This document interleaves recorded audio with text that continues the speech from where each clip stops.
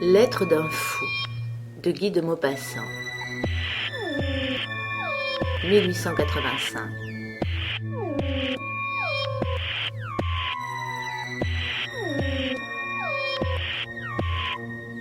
Mon cher docteur, je me mets entre vos mains.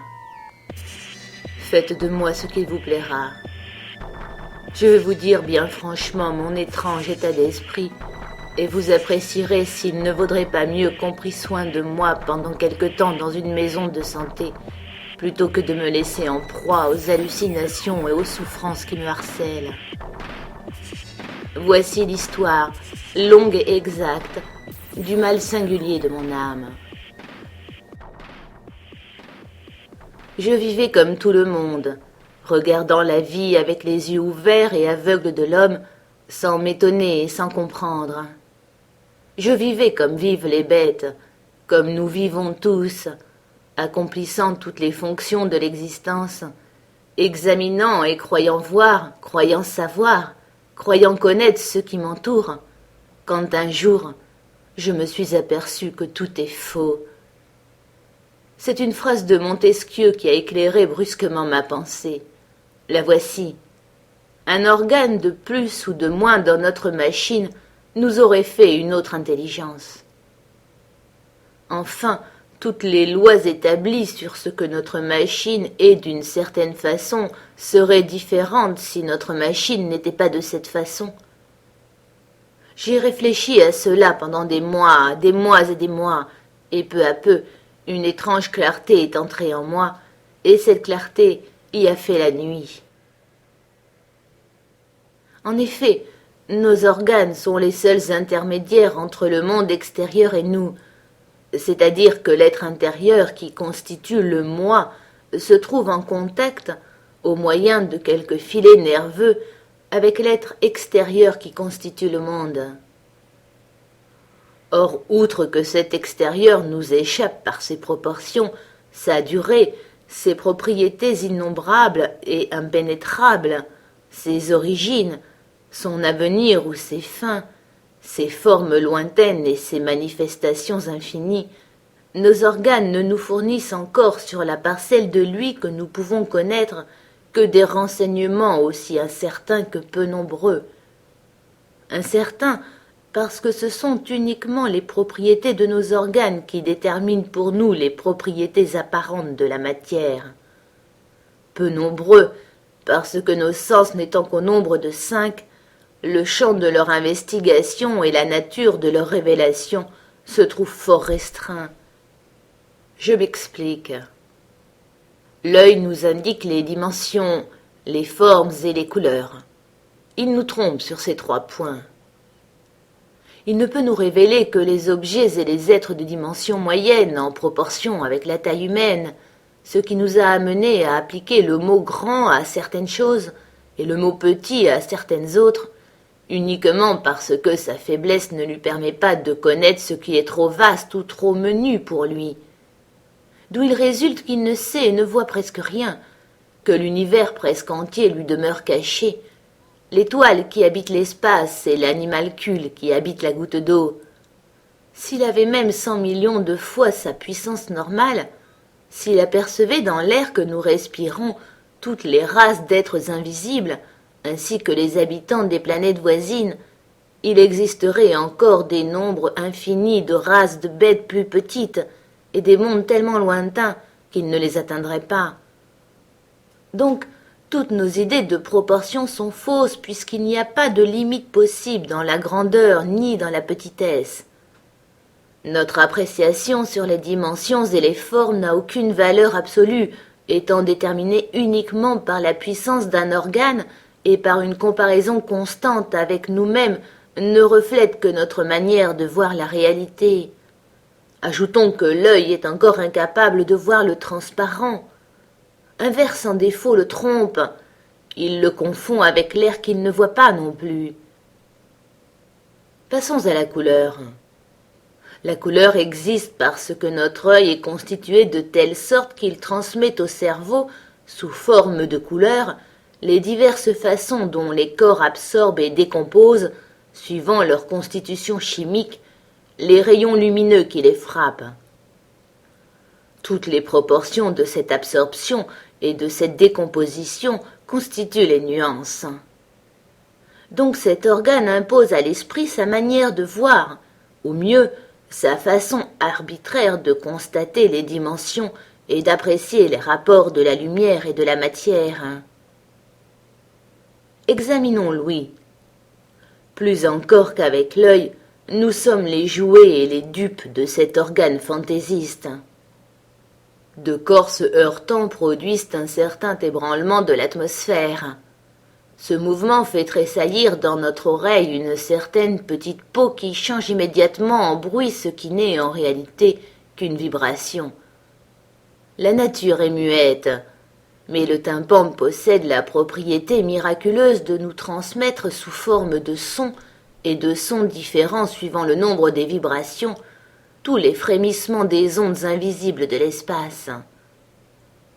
Cette métamorphose accomplie par le nerf auditif dans le court trajet de l'oreille au cerveau nous a permis de créer un art étrange, la musique, le plus poétique et le plus précis des arts, vague comme un songe et exact comme l'algèbre.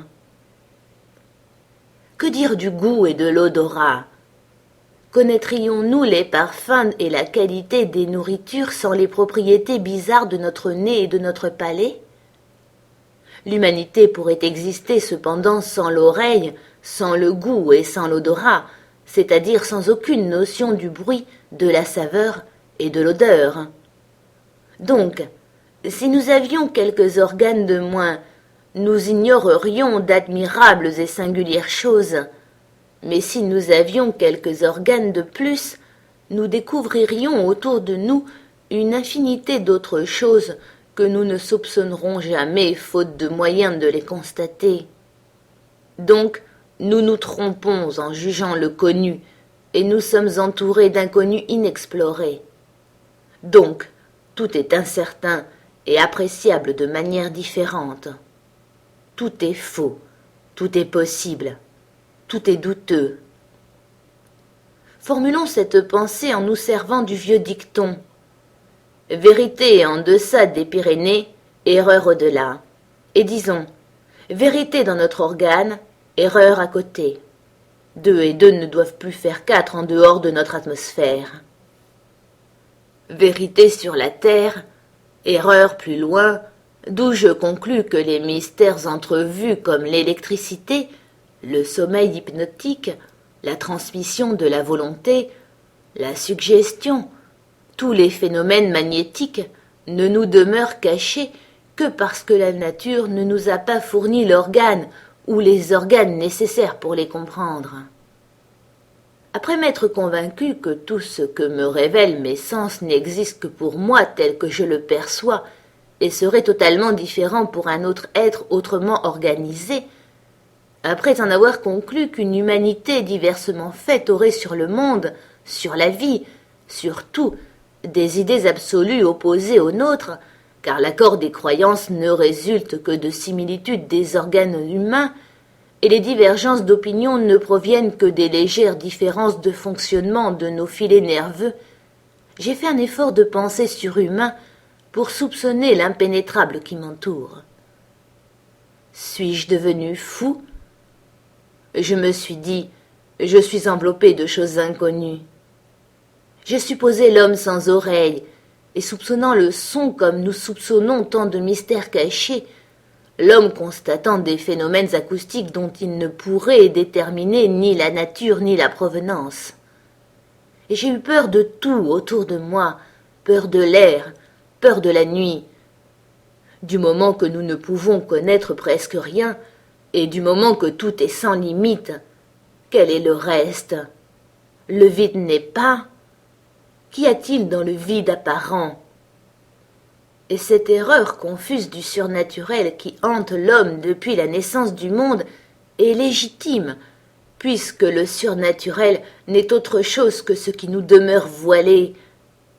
Alors j'ai compris l'épouvante. Il m'a semblé que je touchais sans cesse à la découverte d'un secret de l'univers. J'ai tenté d'aiguiser mes organes, de les exciter, de leur faire percevoir par moments l'invisible. Je me suis dit, tout est un être. Le cri qui passe dans l'air est un être comparable à la bête puisqu'il naît, produit un mouvement, se transforme encore pour mourir. Or, l'esprit craintif qui croit à des êtres incorporels n'a donc pas tort. Qui sont-ils? Combien d'hommes les pressentent, frémissent à leur approche, tremblent à leur inappréciable contact? On les sent auprès de soi, autour de soi, mais on ne peut les distinguer, car nous n'avons pas l'œil qui les verrait, ou plutôt l'organe inconnu qui pourrait les découvrir. Alors, plus que personne, je les sentais, moi, ces passants surnaturels. Être ou mystère? Le sais-je? Je ne pourrais dire ce qu'ils sont, mais je pourrais toujours signaler leur présence. Et j'ai vu un être invisible, autant qu'on peut les voir, ces êtres. Je demeurais des nuits entières immobile, assis devant ma table, la tête dans mes mains et songeant à cela, songeant à eux. Souvent j'ai cru qu'une main intangible, ou plutôt qu'un corps insaisissable, m'effleurait légèrement les cheveux. Ils ne me touchaient pas, n'étant point d'essence charnelle, mais d'essence impondérable, inconnaissable. Or un soir, j'ai entendu craquer mon parquet derrière moi. Il a craqué d'une façon singulière. J'ai frémi, je me suis tournée, je n'ai rien vu, et je n'y ai plus songé. Mais le lendemain, à la même heure, le même bruit s'est produit. J'ai eu tellement peur que je me suis levée, sûre que je n'étais pas seule dans ma chambre. On ne voyait rien pourtant. L'air était limpide, transparent partout, mais de lampes éclairaient tous les coins. Le bruit ne recommença pas, et je me calmai peu à peu. Je restais inquiet cependant, je me retournais souvent. Le lendemain, je m'enfermai de bonne heure, cherchant comment je pourrais parvenir à voir l'invisible qui me visitait. Et je l'ai vu, j'en ai failli mourir de terreur. J'avais allumé toutes les bougies de ma cheminée et de mon lustre. La pièce était éclairée comme pour une fête, mais de lampes brûlaient sur ma table. En face de moi, mon lit, un vieux lit de chêne à colonnes. À droite, ma cheminée. À gauche, ma porte que j'avais fermée au verrou. Derrière moi, une très grande armoire à glace. Je me regardais dedans. J'avais des yeux étranges et les pupilles très dilatées. Puis je m'assis comme tous les jours. Le bruit s'était produit la veille et l'avant-veille à 9h22. J'attendis. Quand arriva le moment précis, je perçus une indescriptible sensation, comme si un fluide irrésistible eût pénétré en moi par toutes les parcelles de ma chair, noyant mon âme dans une épouvante atroce et bonne. Et le craquement se fit tout contre moi. Je me dressai en me tournant si vite que je faillis tomber. On y voyait comme en plein jour, et je ne me vis pas dans la glace. Elle était vide, claire, pleine de lumière. Je n'étais pas dedans, et j'étais en face cependant. Je la regardais avec des yeux affolés. Je n'osais pas aller vers elle, sentant bien qu'il était entre nous, lui, l'invisible, et qu'il me cachait. Oh, comme j'eus peur!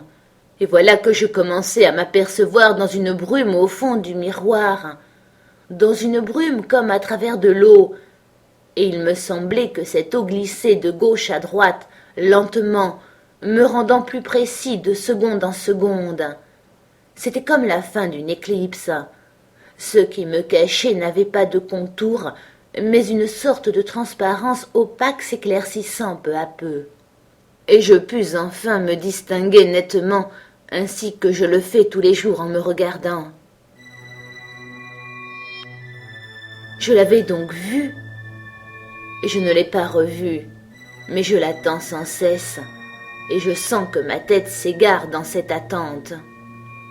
Je reste pendant des heures, des nuits, des jours, des semaines devant ma glace pour l'attendre. Il ne vient plus.